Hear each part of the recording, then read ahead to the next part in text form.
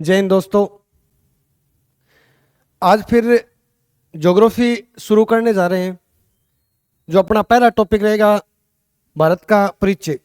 उससे पहले बता दूं कि हमने जो इस अपने बैच का दिल्ली पुलिस के बैच का जो नाम डिसाइड किया है वो गोरख बैच के नाम से रहेगा, क्योंकि हम जहाँ से प्लेटफॉर्म सेटअप किया है वो राजस्थान के एक प्रसिद्ध देवता गोगा जी के जो गुरु थे गोरखनाथ, उनकी तपोस्थली भी रही है।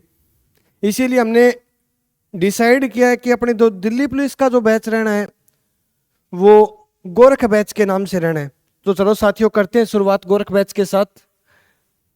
इंडिया ज्योग्राफी का पहला टॉपिक भारत का परिचय। अगर देखो भारत के परिचय की बात करें तो परिचय की जो शुरुआत होती है वो नाम के साथ शुरुआत होती है।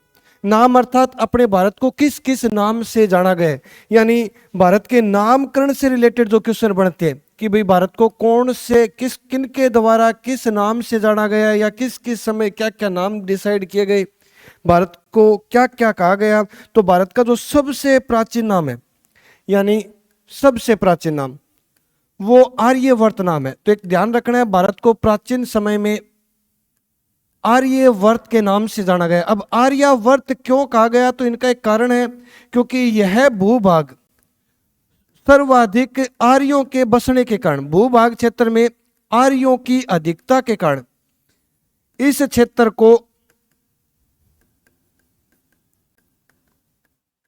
आर्यवर्त के नाम से जाना गया। यानी इस भूभाग या इस क्षेत्र में आर्यों की अधिकता के कारण आर्यावर्त कहलाए। अगर बात करें आर्यावर्त के बाद में भारत को किस नाम से जाना गया, तो आर्यावर्त के बाद में जो भारत को कहा गया वो कहा गया जम्बू द्वीप। एक प्राचीन नाम भारत का ध्यान रखना है, भारत को जम्बू द्वीप के नाम से भी जाना जाता है। अब जम्बू द्वीप भी भारत का प्राचीन नाम है, यानी क्वेश्चन आ सकता है कि भारत के किस नाम से जाना गया, तो जम्बू द्वीप, आर्यावर्त, ये भारत के प्राचीन नाम है। अगर बात करें जम्बू द्वीप क्यों कहलाया, तो इस जम्बू द्वीप का कारण है कि जम्बू वृक्षों की अधिकता, यानी इस भूभाग या क्षेत्र में जम्बू जो वृक्ष है वो जम्बू जामुन का प्राचीन नाम है। जम्बू या जामुन के वृक्षों की अधिकता होने के कारण इस क्षेत्र को जम्बू द्वीप के नाम से जाना गया।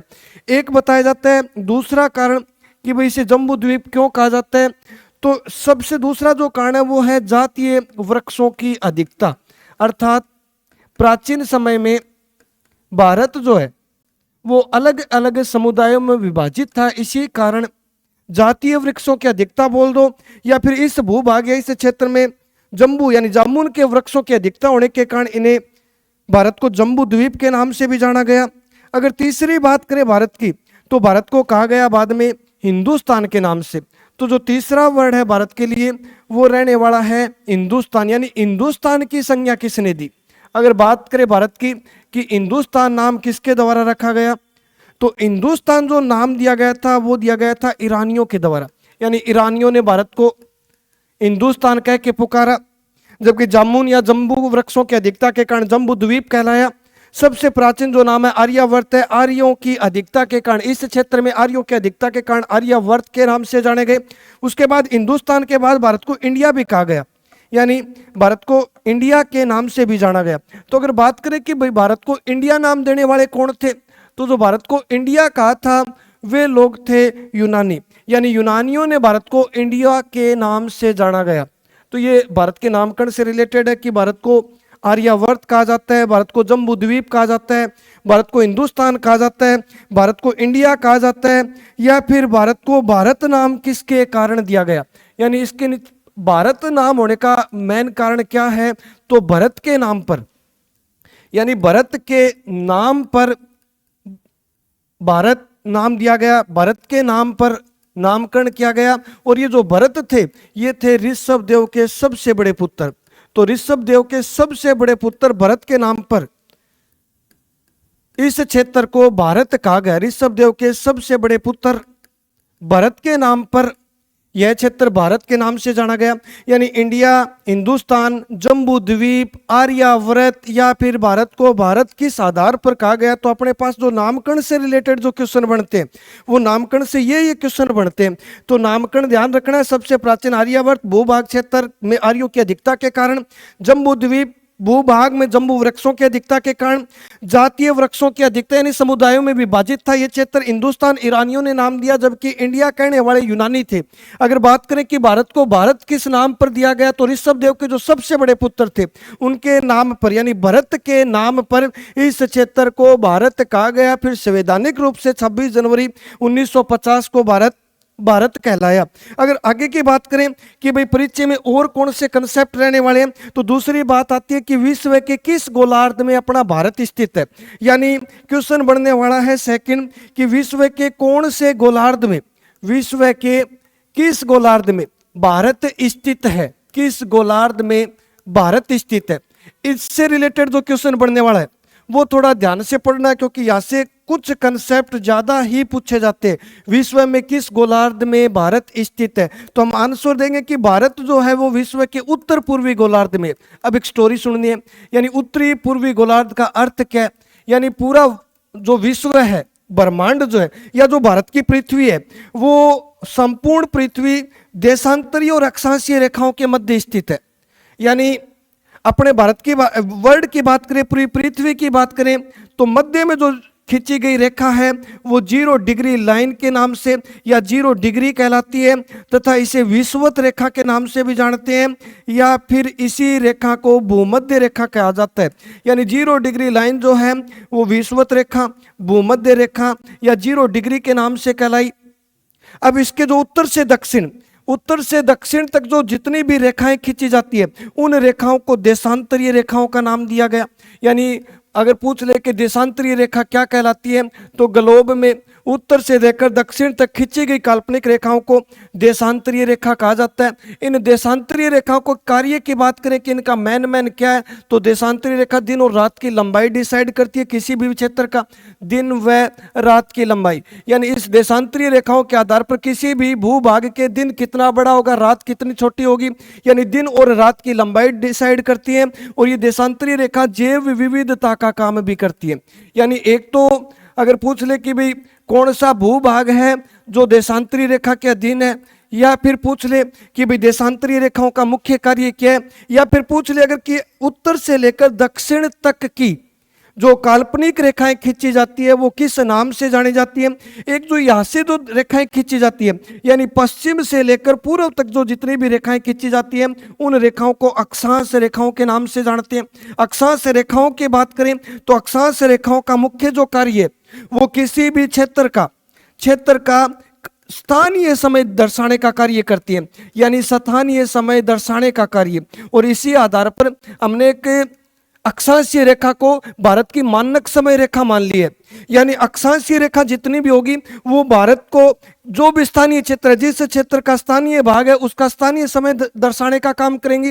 और जो देशांतरीय रेखाएं हैं जो उत्तर से लेकर दक्षिण तक की खींची जाती है वो रेखाएं देशांतरीय दिन और रात की लंबाई, जैव विविधता, जलवायु, इनके बारे में जानकारी देंगी। अब हमने क्वेश्चन किया था कि विश्व के किस गोलार्ध में भारत है। अगर बात करें तो भारत का हिस्सा यहाँ स्थित है, यानी विश्व के, तो इसी आधार पर हमने आंसर दिया कि उत्तर और पूर्वी, ये जो इलाका है ये पूर्वी इलाका है और इस साइड जो एरिया है वो पश्चिमी भाग है।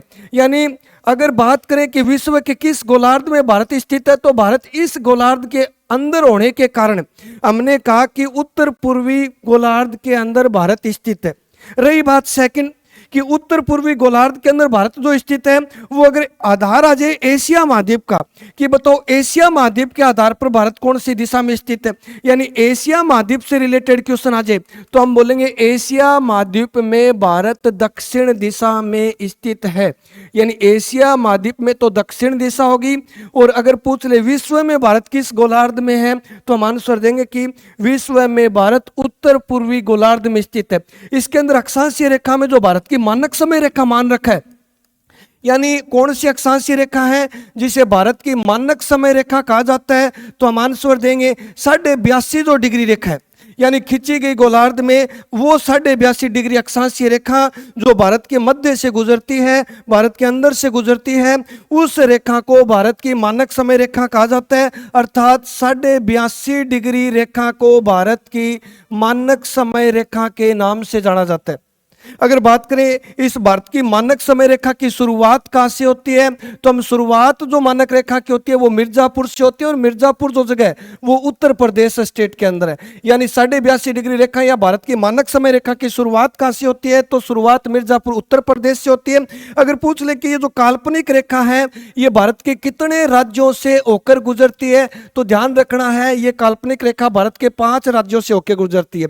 अगर बात करें कि वो कौन से राज्य हैं जिसके अंदर 82.5 डिग्री या भारत की मानक समय रेखा गुजरती है, तो नंबर 1 जो स्टेट रहना है वो उत्तर प्रदेश रहेगा। सेकंड जिस राज्य से गुजरती है वो मध्य प्रदेश है। तीसरे राज्य की बात करें तो आंध्र प्रदेश है, और उसके बाद नंबर 4 स्टेट की बात करें तो छत्तीसगढ़, और 5वां जो राज्य रहने वाला है वो उड़ीसा रहने वाला है।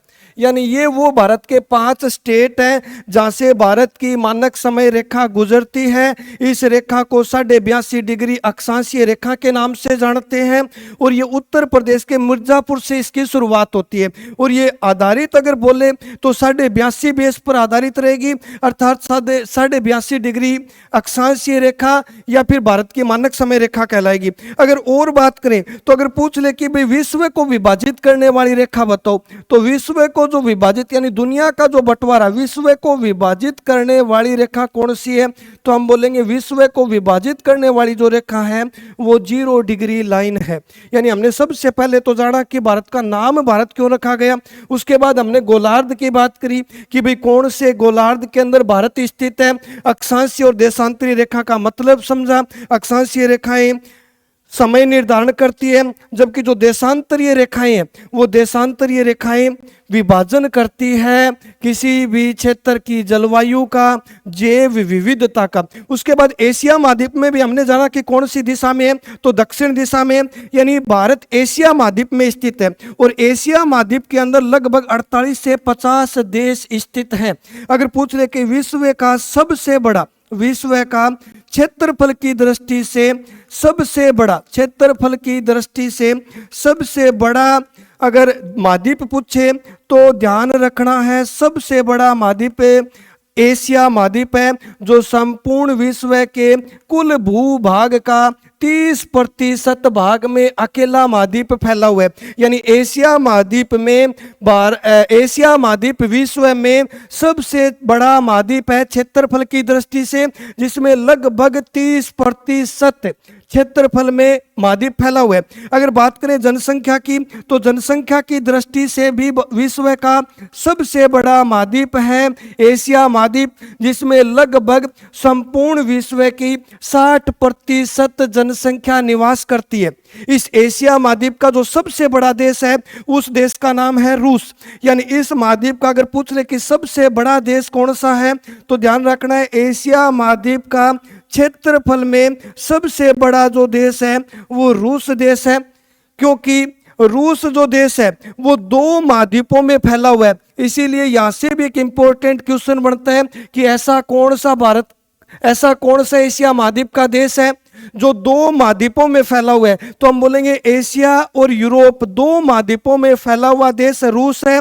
और इसका जो विभाजन करता है वो रूस के अंदर एक पर्वत है यूराल करके, और ये यूराल पर्वत रूस देश को यूरोप और एशिया 2 महाद्वीपों में विभाजित करता है।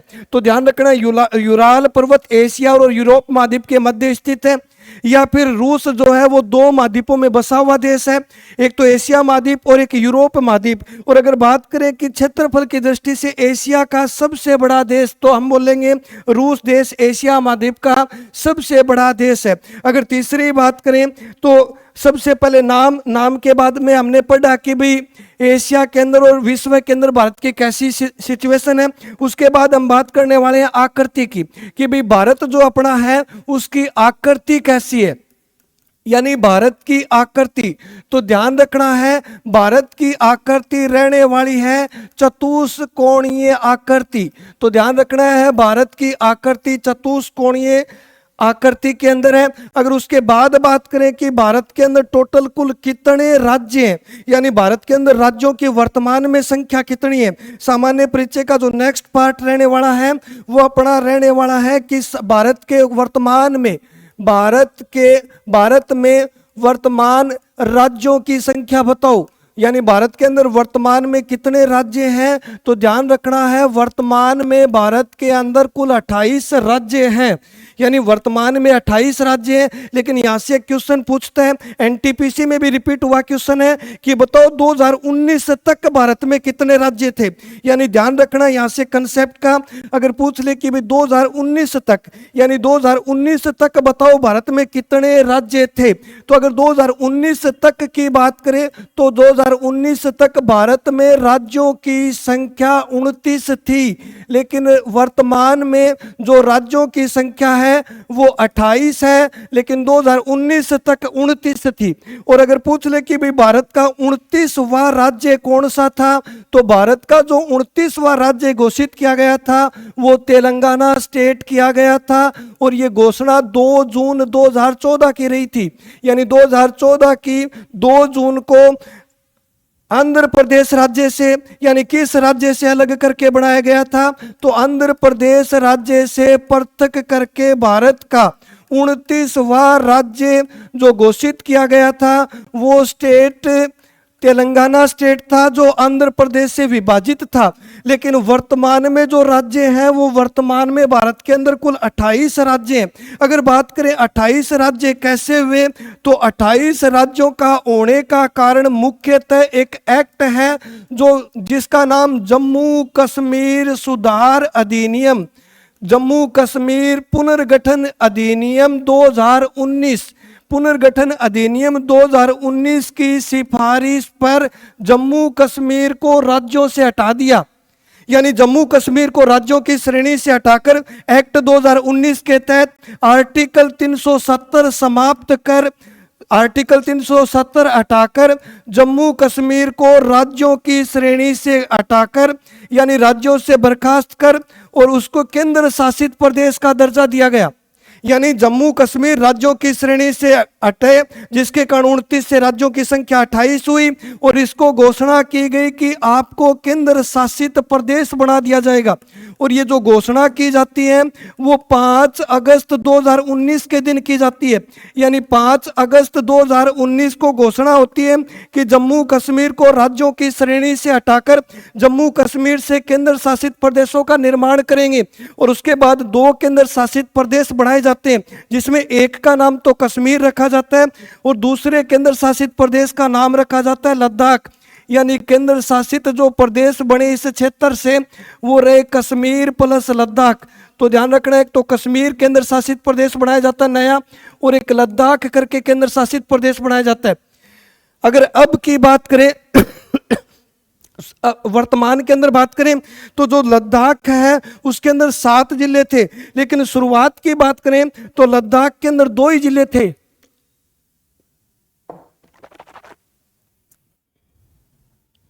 यानी वर्तमान में लद्दाख के अंदर 7 जिले हैं, लेकिन शुरुआत की बात करें तो लद्दाख के अंदर 2 जिले थे। अगर लद्दाख की कार्यभार कब संभाला इन दोनों संस्थाओं ने, यानी कार्यभार इन दोनों केंद्र शासित प्रदेश का कब रहा, तो 31 अक्टूबर 2019 को कार्यभार संभाल लिया इन दोनों केंद्र शासित प्रदेशों ने, जिसमें जम्मू कश्मीर को राज्यों की श्रेणी से हटाकर कश्मीर और लद्दाख नाम से 2 केंद्र शासित प्रदेश घोषित किए गए। इनकी घोषणा 5 अगस्त 2019 के दिन रही, जबकि इन्होंने कार्यभार संभाला 31 अक्टूबर 2019। अगर बात करें कि शुरुआत में लद्दाख के अंदर कितने जिले थे, तो शुरुआत में लद्दाख के अंदर 2 जिले थे, जिसमें एक का नाम कारगिल था और जो सेकंड जिला था वो लेह जिला था। यानी कारगिल और लेह के नाम से लद्दाख के अंदर 2 जिले थे। अगर लेह की बात करें तो लेह है भारत का सबसे कम वर्षा वाला स्थान है।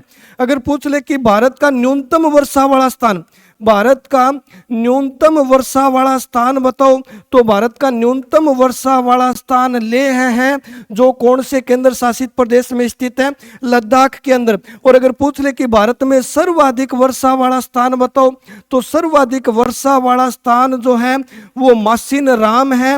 और मासिन राम जगह कौन से स्टेट की है? तो ध्यान रखना है, मेघालय की। और अगर पूछ ले कि मासिन राम किस पहाड़ी पर स्थित है, तो मेघालय के अंदर एक पहाड़ी पड़ती है खासी के नाम से, और इस खासी की पहाड़ी पर यह शहर बसा हुआ है, जो भारत का सर्वाधिक वर्षा वाला स्थान है। अगर पूछ ले भारत का दूसरा सर्वाधिक वर्षा वाला स्थान कौन सा है, तो चेरापूंजी है, जो महाराष्ट्र के अंदर स्थित है। यानी सेकंड चेरापूंजी मेघालय के अंदर ही है। और अगर पहले की बात करें तो मासिन राम मेघालय के अंदर ही है। और अगर न्यूनतम वर्षा वाला स्थान पूछ ले तो लद्दाख के अंदर लेह स्थित है। और अगर पूछ ले कि विश्व का, लेह से रिलेटेड एक क्वेश्चन है कि विश्व का सबसे ऊंचा युद्ध स्थल कहाँ स्थित है?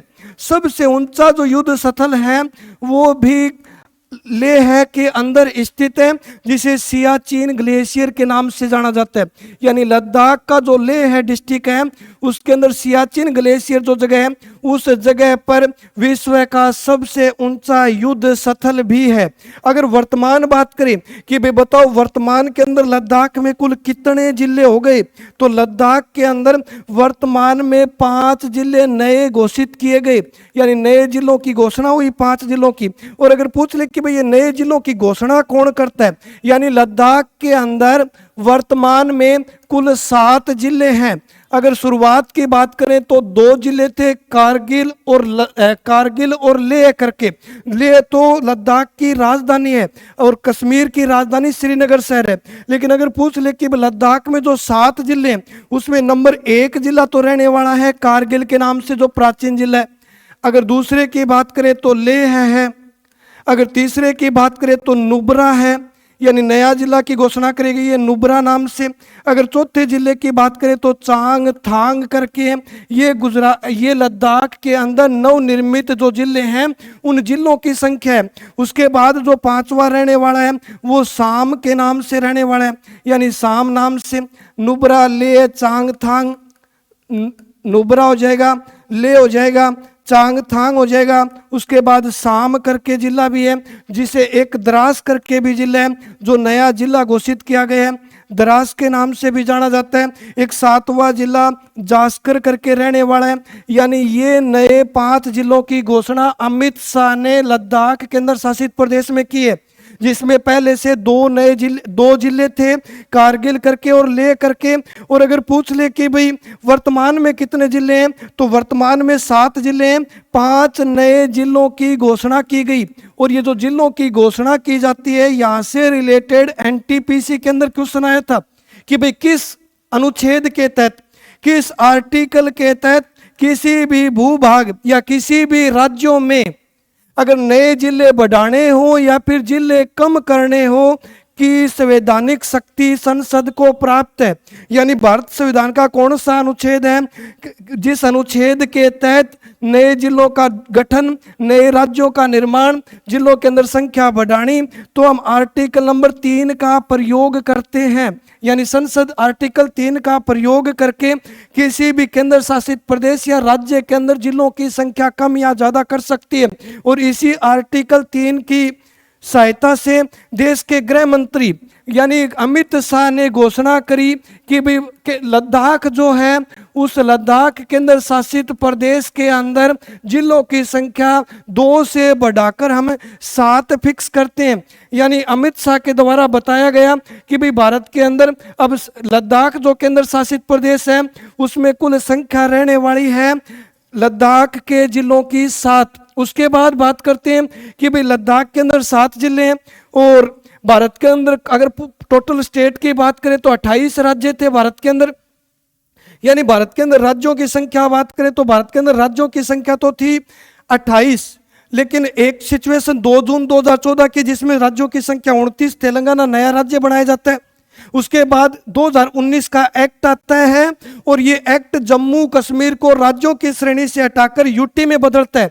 ये घोषणा 5 अगस्त 2019 की रहती है और जम्मू कश्मीर राज्य से जो 2 यूटी बनाए गए उसे कश्मीर और लद्दाख कहा गया। इन दोनों राज्यों ने, केंद्र शासित प्रदेशों ने, जो जम्मू कश्मीर राज्य से बने, उस केंद्र शासित प्रदेश ने 31 अक्टूबर 2019 को कार्यभार संभाला। उसके बाद बात करते हैं कि भी वर्तमान में राज्यों की संख्या 28 है, लेकिन जो 2 यूटी बनाए गए वो जम्मू कश्मीर को तोड़कर बनाए गए, जिस जम्मू कश्मीर का विभाजन करके 2 केंद्र शासित प्रदेशों का गठन किया गया। उसके बाद बात करते हैं कि भाई अगर क्षेत्रफल की बात करें विश्व में भारत की, यानी भारत कौन से आधार पर है, भारत का क्षेत्रफल कितना है। विश्व का सबसे बड़ा देश तो रूस है, जो एशिया महाद्वीप का भी सबसे बड़ा देश है।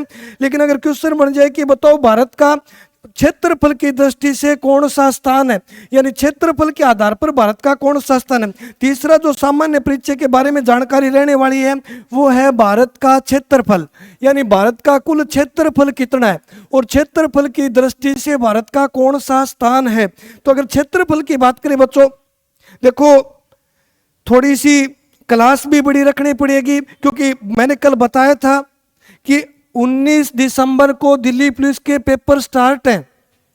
19 दिसंबर को स्टार्ट का मतलब है 2 महीने भी नहीं है, और इन 2 महीनों के अंदर अपने को जीके का टोटली क्विक रिवीजन करना है। तो जिस टॉपिक से, जैसे भारत का सामान्य परिचय टॉपिक चल रहा है बच्चों, उस टॉपिक से जितने भी रिलेटेड क्वेश्चन आज तक पूछे गए हैं, हम उन क्वेश्चनों के आधार पर ही टोटल सामान्य परिचय कंप्लीट कर रहे हैं। यानी इस सामान्य परिचय से रिलेटेड जितने भी मोस्टली इंपॉर्टेंट क्वेश्चन बढ़ते हैं वो 2 क्लासों के अंदर बेस्ट तरीके से तैयार करवाए जाए बच्चों से। उसके बाद नेक्स्ट टॉपिक स्टार्ट किया जाए। बड़ा टॉपिक है तो 3-4 क्लास के अंदर, बाकी मोस्टली उद्देश्य यही रहेगा किसी टॉपिक को छोटे प्रारूप में तैयार करके देना, जिससे हमसे जो रिलेटेड क्वेश्चन बनते हैं वो क्वेश्चन पढ़ना। जैसे क्वेश्चन बनता है कि भारत का क्षेत्रफल, अगर भारत के क्षेत्रफल की बात करें तो 32,87,263 वर्ग किलोमीटर है। सभी बच्चों को पता है भारत का जो क्षेत्रफल है वो 32,87,263 वर्ग किलोमीटर है। अगर पूछ ले कि भारत जो है वो विश्व में बड़े देशों के अंदर कौन से स्थान पर आते हैं, तो भारत जो विश्व में बड़े देशों के अंदर यानी क्षेत्रफल के आधार पर विश्व का भारत कौन सा बड़ा देश है, तो भारत क्षेत्रफल के आधार पर 7वां बड़ा देश है। यानी भारत से 6 और बड़े देश है। उसके बाद अपना भारत विश्व का 7वां बड़ा देश है, जिसका क्षेत्रफल 32,87,263 वर्ग किलोमीटर है। अगर बात करें कि संपूर्ण विश्व का या फिर संपूर्ण भूभाग का कितना प्रतिशत भाग में भारत फैला हुआ है, संपूर्ण भूभाग के कितने प्रतिशत या फिर संपूर्ण भूभाग के जो कितना प्रतिशत भाग है जिसके अंदर अपना भारत फैला हुआ है, यानी अगर बात करें कि क्षेत्रफल के आधार पर भारत का 7वां बड़ा स्थान है। अगर संपूर्ण विश्व की बात करें कि कितने प्रतिशत भाग में फैला हुआ है, तो 2.42% भाग में भारत विस्तृत है। यानी संपूर्ण पृथ्वी के कुल 2.42% भाग में भारत फैला हुआ है और विश्व का 7वां बड़ा देश अपना भारत। और अगर पूछे कि क्षेत्रफल कितना है तो 32,87,263 वर्ग किलोमीटर है। लेकिन अब ध्यान ये भी रखना कि भारत से बड़े देश कौन से, एनटीपीसी के अंदर भी पूछा गया, जीडी के अंदर भी क्वेश्चन पूछा गया। क्वेश्चन कहां से पूछा गया कि हमें बच्चे इतने कंसेप्ट तैयार करते कि 7 बड़े देश, कि भाई सबसे बड़ा दुनिया का भारत का 7वां नंबर और इनके बीच में कौन से देश है। लेकिन साथ में एसएससी जीडी के अंदर प्रश्न आया कि भारत से जस्ट छोटा देश कौन सा है, यानी 8वें नंबर पर कौन सा देश है। तो जो देश बड़े देश हैं, जो छोटे देश हैं, वो कंसेप्ट प्रॉपरली तैयार रखो, क्योंकि अपने सिलेबस के अंदर क्वेश्चन है अंतरराष्ट्रीय सीमा या अंतरराष्ट्रीय देश। तो अंतरराष्ट्रीय देश है उनसे रिलेटेड अपना जो भी संबंध है उन संबंधों से रिलेटेड क्वेश्चन पूछे जाएंगे। तो ध्यान रखना विश्व के बड़े देश कौन से। अगर पूछ ले कि भाई क्षेत्रफल की दृष्टि से विश्व का सबसे बड़ा देश, क्षेत्रफल की दृष्टि से विश्व के सबसे बड़े देश, तो सबसे बड़े देशों की अपने एक ट्रिक याद करो और उस ट्रिक से टोटल देश याद हो जाएंगे।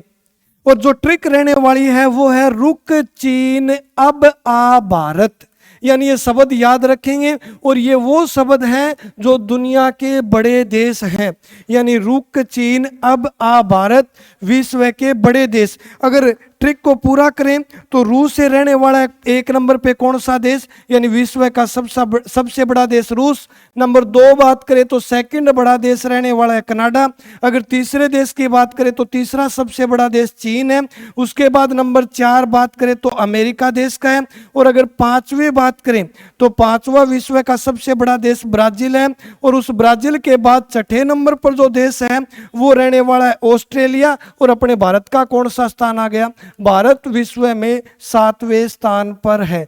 यानी विश्व के सबसे बड़े देशों में भारत की कौन सा नंबर है, तो भारत विश्व में बड़े देशों के अंदर 7वें स्थान पर है। अगर देखो बात करें कि भाई विश्व के बड़े जो देश हैं उन देशों में 7वां नंबर भारत का है, पहला नंबर रूस का है। लेकिन अगर 8वां बड़ा देश पूछ ले कि भाई बताओ 8वां बड़ा देश कौन सा है, तो विश्व का जो 8वां बड़ा देश रहने वाला है वो देश है अर्जेंटीना। विश्व का 8वां बड़ा देश। ये प्रश्न भारत से रिलेटेड पूछ के कई एग्जामों में आया है। क्वेश्चन पूछा जाता है कि भारत से जस्ट छोटा देश कौन सा है, विश्व का 8वां बड़ा देश कौन सा है, भारत का स्थान किस देश से पहले क्षेत्रफल में आता है। तो ध्यान रखना है विश्व का जो 8वां बड़ा देश है उस देश को अर्जेंटीना के नाम से जाना जाता है। तो ध्यान रखना है अर्जेंटीना विश्व का 8वां बड़ा देश है। और अगर पूछ ले इसका क्षेत्रफल कितना है, तो अपना 32 लाख है और इनका क्षेत्रफल है 27,80,400 वर्ग किलोमीटर। यानी 8वें नंबर पे आता है दुनिया का बड़ा देश अर्जेंटीना। और अगर अर्जेंटीना की बात करें कि राजधानी क्या है, तो ध्यान रखना है ब्यूनस आयर्स करके अर्जेंटीना देश की वर्तमान राजधानी है। यानी ब्यूनस आयर्स राजधानी है। 27,80,000 क्षेत्रफल के साथ विश्व का 8वां बड़ा देश है, जबकि 7वां स्थान अपने भारत का है। अब उसके बाद बात करें कि भाई सबसे छोटा देश कौन सा है, यानी विश्व का क्षेत्रफल की दृष्टि से सबसे छोटा देश बताओ। तो विश्व का जो क्षेत्रफल की दृष्टि से, विश्व का क्षेत्रफल की दृष्टि से सबसे छोटा देश, तो क्षेत्रफल की दृष्टि से जो सबसे छोटा देश है उसे वेटिकन सिटी के नाम से जानते हैं। सबसे छोटा देश कौन सा देश हो जाएगा, वेटिकन सिटी के नाम से जानते हैं। बाकी इतना बड़ा क्षेत्र नहीं है, 0.44 या 0.40 वर्ग किलोमीटर है। 0.44 वर्ग किलोमीटर क्या क्षेत्रफल है वेटिकन सिटी का, जो दुनिया का सबसे छोटा देश है। लेकिन ये ध्यान रखना है कि इटली के भीतर स्थित एक देश है। क्यों है, क्योंकि एक धार्मिक संस्था से जुड़ा हुआ शहर है वेटिकन सिटी। और वेटिकन सिटी जो है वो इटली से पृथक हुआ है, इटली से अलग होके अपना देश घोषित किया गया है। और जो वेटिकन सिटी है, इस वेटिकन सिटी के अंदर रोमन प्रभाव ज्यादा है। यानी रोमन प्रभाव या फिर हम बोल सकते हैं रोमन कैथोलिक का प्रभाव होने के कारण इन स्थानीय लोगों ने अपना नए देश की घोषणा की है। यानी रोमन कैथोलिक की अधिकता के कारण इन्होंने अपना पृथक्करण किया है, और इसीलिए इस देश को दुनिया में पोप का शहर भी कहा जाता है। तो ध्यान रखना है विश्व का सबसे छोटा देश वेटिकन सिटी है, और इनकी राजधानी भी वेटिकन सिटी है। राजधानी अगर पूछ ले तो राजधानी भी ध्यान रखना है वेटिकन सिटी है, और पोप का शहर कहा जाता है। और कैथोलिक धर्म की बहुलता होने के कारण इटली से पृथक करके इटली में एक नए देश की शुरुआत की गई, जिस देश को वेटिकन सिटी कहा गया। और ये जो वेटिकन सिटी क्षेत्रफल की दृष्टि से विश्व का सबसे छोटा देश है, जबकि विश्व का जो सबसे बड़ा देश है वो रूस है। एशिया महाद्वीप का सबसे बड़ा देश कौन सा है, तो भी रूस है। अगर बात करें क्षेत्रफल के अलावा जनसंख्या की, कि भाई भारत का जनसंख्या के हिसाब से कौन सा स्थान है, यानी नेक्स्ट जो आंकड़ा है वो है जनसंख्या। तो बेसिक सी जानकारी पढ़नी अपने को एक बार भारत की, क्योंकि मेनली अपना जो जनसंख्या का टॉपिक रहने वाला है तो वो तो एक ज्योग्राफी का टॉपिक है, जिसमें हम भारत की कितनी जनसंख्या वृद्धि दर रही, वार्षिक वृद्धि दर कितनी रही, दशकीय वृद्धि दर कितनी रही, कौन से राज्य का कौन से केंद्र शासित प्रदेश का कितना लिंगानुपात है, सर्वाधिक जनसंख्या घनत्व है, किस राज्य का है, किस राज्य का कम है। लेकिन आज ये बात पढ़नी है अपने को कि जनसंख्या में भारत का कौन सा नंबर आता है।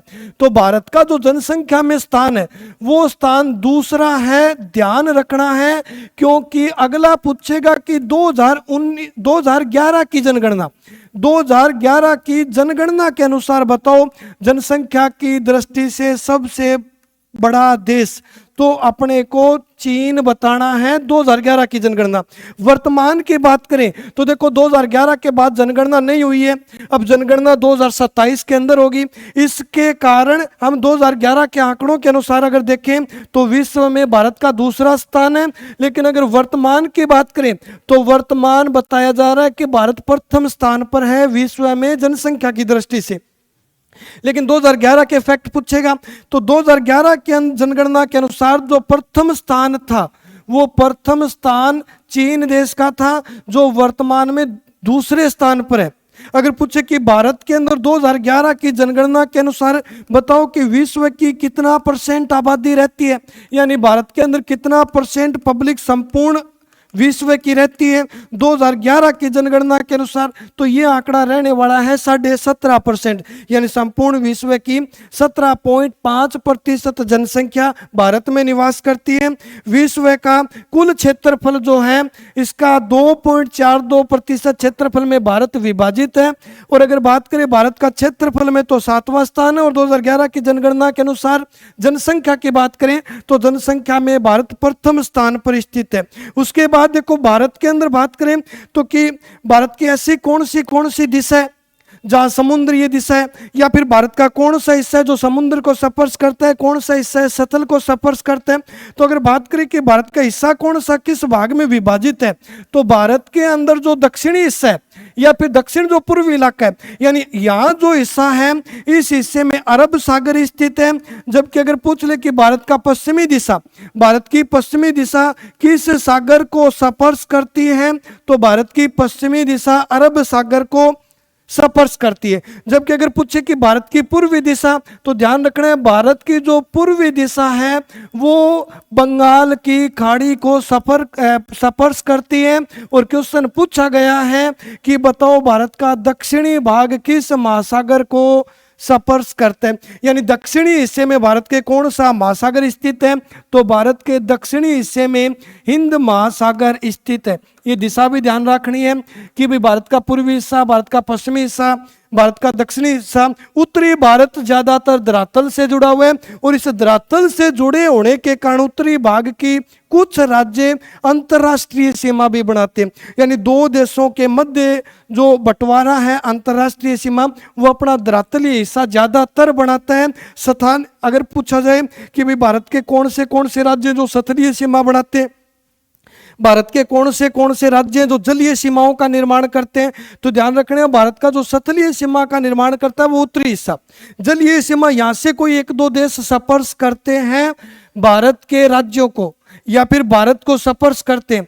और अगर बात करें कि वो राज्य है वो देश कौन से, तो अपना ये टॉपिक लगातार चलेगा कि भारत के पड़ोसी देश कौन से, किस देश की कितने प्रकार की किलोमीटर की सीमा लगती है, कौन सी सर्वाधिक सीमा बनाने वाला देश है, कौन सा देश सतलीय सीमा बनाता है, कौन सा देश जलीय सीमा बनाता है। ये कंसेप्ट रहने वाला है भारत के अंतर्राष्ट्रीय सीमाओं का निर्माण, यानी भारत के कौन से स्टेट बॉर्डर पर बसे हुए, या फिर भारत के कितने राज्य अंतर्राष्ट्रीय सीमा बनाते हैं। या क्वेश्चन बार बार आता है, जीडी में क्वेश्चन पूछा गया कि भारत का कौन सा राज्य अंतर्राष्ट्रीय सीमा नहीं बनाता, और उसमें ऑप्शन रखा गया था हरियाणा, यानी हरियाणा जो स्टेट है वो किसी प्रकार की दूसरे देश को नहीं लगती। ऐसे भारत के 5 राज्य हैं जो मध्यवर्ती राज्य कहलाते हैं, जिनकी सीमा किसी भी दूसरे राज्य को स्पर्श नहीं करती है। उसके बाद अगर बात करें कि भाई हिंद महासागर की, तो वो दक्षिणी हिस्से में स्थित है। और एक हिंद महासागर से कंसेप्ट ध्यान रखना है कि हिंद महासागर के अंदर एक द्वीप स्थित है।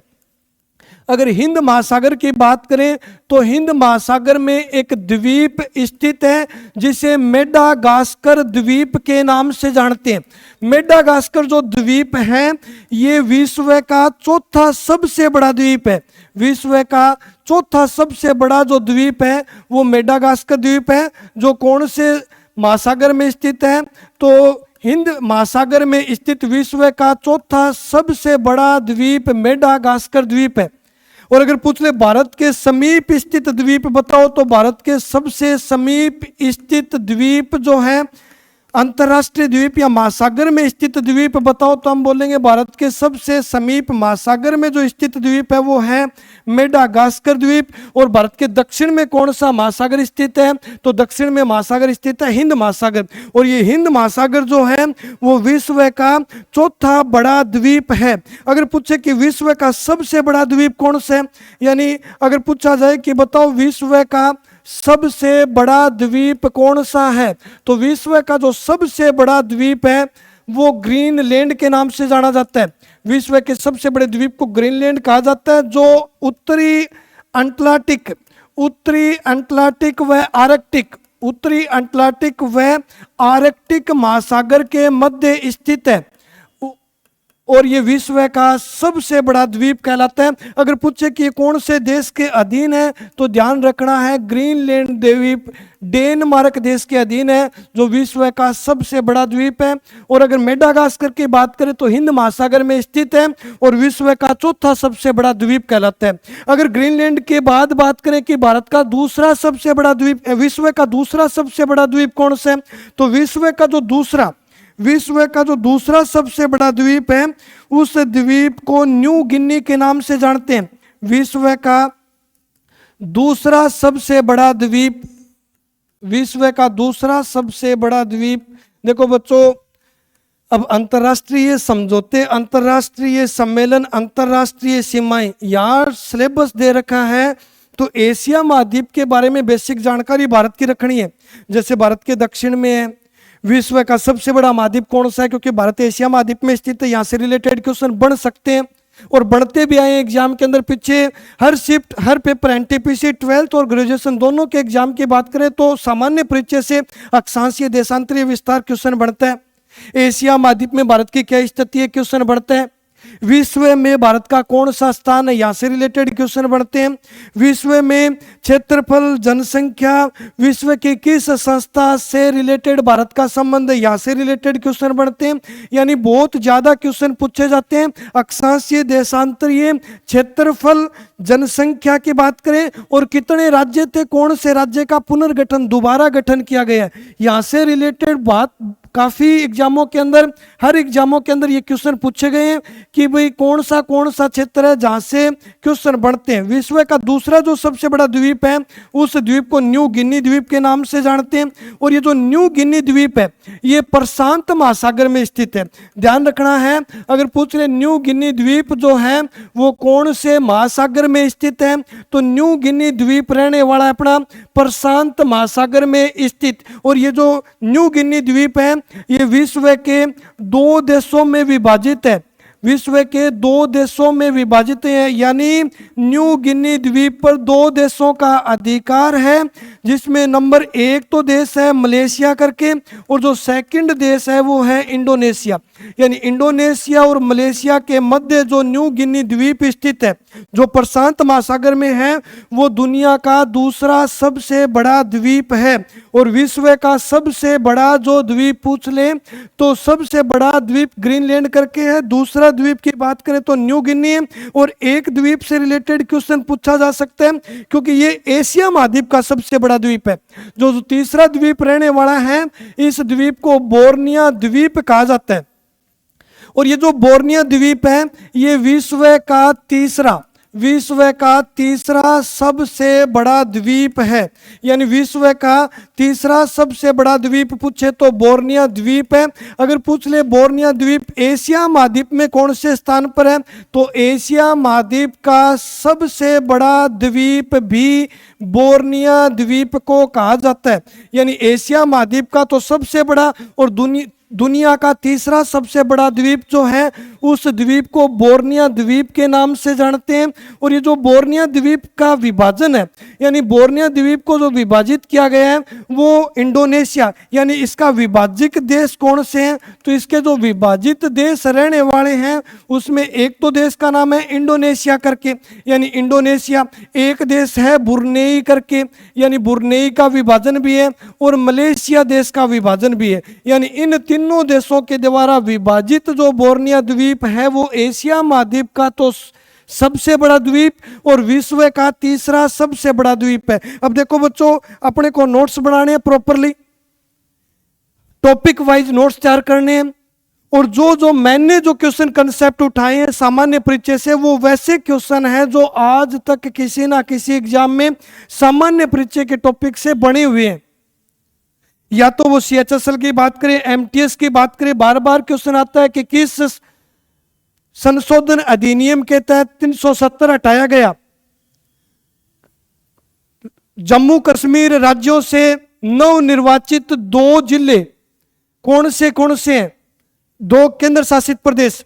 इन केंद्र शासित प्रदेशों की घोषणा कब की गई? इन केंद्र शासित प्रदेशों ने कार्यभार कब संभाला? यानी यहां से रिलेटेड बार बार क्वेश्चन पूछे जाते हैं। अब बात करें कि भाई ये टॉपिक जो हैं इनके नोट्स बनाने की जिम्मेवारी आप बच्चों की रहेगी। मैं गारंटी देता हूं कि जो बच्चा प्रॉपरली नोट्स बना के चलेगा मेरे साथ सिलेबस वाइज, हम फास्टली थोड़ा रिवीजन जल्दी करवाएंगे, टाइम अपने पास थोड़ा है, लेकिन मैं गारंटी देता हूं कि जो बच्चा श्योर एक बार quickly fast geography, history, political, economics और स्टैटिक का रिवीजन कर ले तो अपनी तैयारी को 4 चांद लग सकते हैं। अच्छी वैकेंसी है, सेंट्रल गवर्नमेंट की नौकरी है, बच्चों का हौसला है कि दिल्ली पुलिस में लगना है।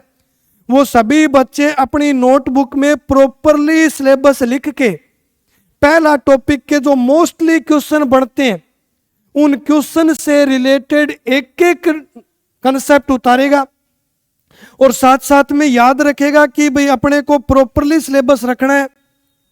और क्विकली जो हमारे से कोशिश होगी तो 1 लाइनर क्वेश्चन की प्रैक्टिस करवाई जाएगी जो पीछे के क्वेश्चन है, और हम कोशिश करेंगे कि बच्चों की तैयारी इतनी बेहतर करवा सके कि हम सिलेबस के साथ साथ जो 1 लाइनर क्वेश्चन की सीरीज होती है वो भी सोल्व करवाएं, जिससे बच्चे की तैयारी एक अच्छी हो। और 19 दिसंबर को अपना एग्जाम है, लगभग अपनी पढ़ाई का फिक्स रूटीन बनाएं। रूटीन बनाने का मतलब ये कि भाई ऐसा नहीं है कि हर टाइम पढ़ाई करते रहें, अकेला पढ़ाई से भी कुछ नहीं होता।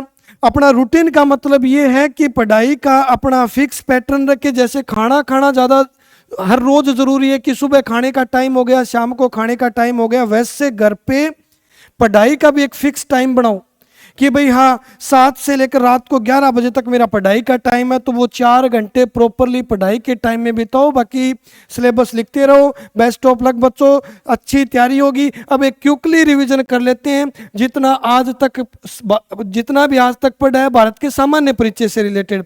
अपना जो सबसे पहला भाग था, यानी जहाँ से मोस्टली क्वेश्चन बनने की संभावना है, तो सबसे पहले हमने देखी भारत के नामकरण की बात की। भाई भारत को किस किस नाम से जाना गया? तो भारत को आर्यवर्त कहा गया, भारत का नामकरण जम्मू द्वीप के नाम से भी है, हिंदुस्तान भी कहा गया, इंडिया के नाम से भी जाना गया। और भारत को भारत क्यों कहा गया? तो भारत ऋषभ देव का जो सबसे बड़े पुत्र भरत का नाम था, उसके नाम पर भारत नाम रखा गया। अगर दूसरी बात करें तो हमने उसके बाद देखी थी भारत की आकृति, कि भाई भारत की आकृति कैसी है, तो भारत की चतुष्कोणीय आकृति है। उसके बाद हमने भाग देखा था कि विश्व के गोलार्ध में भारत कौन सी दिशा में स्थित है, तो हम बोलेंगे उत्तर पूर्वी गोलार्ध, क्योंकि ये जो काल्पनिक रेखा है ये विश्व के उत्तर पूर्वी दिशा में स्थित होने के कारण, और इस उत्तर पूर्वी दिशा में भारत होने के कारण हमने बोल दिया कि भारत उत्तर पूर्वी गोलार्ध में स्थित है। अगर भारत की मानक समय रेखा की बात करें तो 82.5 डिग्री रेखा है, 5 स्टेटों से गुजरती है। 5 स्टेट ध्यान रखना है, उत्तर प्रदेश, मध्य प्रदेश, आंध्र प्रदेश, छत्तीसगढ़ और उड़ीसा। यहाँ से भी रिलेटेड काफी एग्जामों में क्वेश्चन आता रहा है कि बताओ निम्न में से किस राज्य से भारत की मानक समय रेखा नहीं गुजरती। तो ध्यान रखना है, वो स्टेट क्वेश्चन अच्छे से पढ़ो, प्रॉपरली देखो हाँ या नहीं का क्वेश्चन है। काफी बच्चे ऐसे करते हैं, प्रॉपरली अच्छी तैयारी है, बहुत कंसेप्ट पढ़ रखा है, लेकिन क्वेश्चन पढ़ने की जल्दबाजी करते हैं। तो ध्यान रखना है, काफी बार ये पूछा जाता है कि कौन से राज्य से गुजरती है, और बीच में नई शब्द आ जाएगा तो ध्यान रखना है नई का मतलब इन स्टेटों के अलावा राज्य पूछा है। तो ये 5 स्टेट रिवीजन करो कि भाई कौन से स्टेट से भारत की मानक समय रेखा गुजरती है। उसके बाद हमने देखा कि एशिया महाद्वीप में भारत कौन सी दिशा में? एशिया महाद्वीप में भारत दक्षिणी दिशा में स्थित है। अगर बात करें तो विश्व का सबसे बड़ा महाद्वीप है क्षेत्रफल और जनसंख्या के आधार पर। अगर क्षेत्रफल की बात करें तो टोटल भूभाग का 30% एशिया महाद्वीप फैला हुआ है।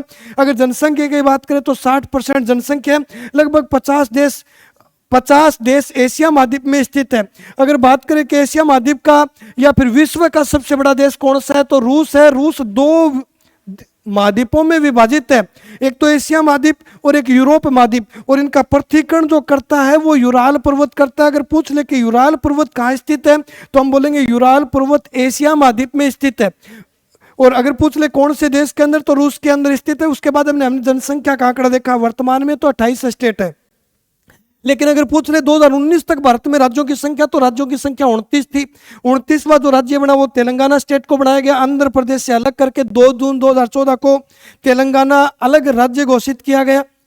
उसके बाद 29 राज्यों की संख्या होती है। 2019 का अधिनियम जम्मू कश्मीर राज्यों की श्रेणी से हटाकर केंद्र शासित प्रदेश घोषित किया जाता है। 2 केंद्र शासित प्रदेश कश्मीर और लद्दाख, कश्मीर की राजधानी श्रीनगर और लद्दाख की राजधानी लेह को बनाया जाता है। लेह वो जगह है जो भारत में सबसे कम वर्षा वाला स्थान है। सर्वाधिक वर्षा वाली जगह तो मेघालय के अंदर मासिनराम है, सेकंड जो है वो मेघालय की चेरापूंजी जगह। तो हमने भूमध्य सागर या फिर भारत में सर्वाधिक राज्य, भारत के अंदर स्टेट और भारत जनसंख्या के आधार पर लद्दाख में 7 जिले बने हैं, 5 नई घोषणा की गई है। आर्टिकल 3 के तहत ये घोषणा की जाती है। देश का गृह मंत्री सूचना देता है कि भाई इस राज्य के अंदर जिले की संख्या ये बढ़ाई गई है, ये घटाई गई है। लेकिन अनुच्छेद 3 का प्रयोग करके, अनुच्छेद 3 के तहत 5 नए जिलों की घोषणा।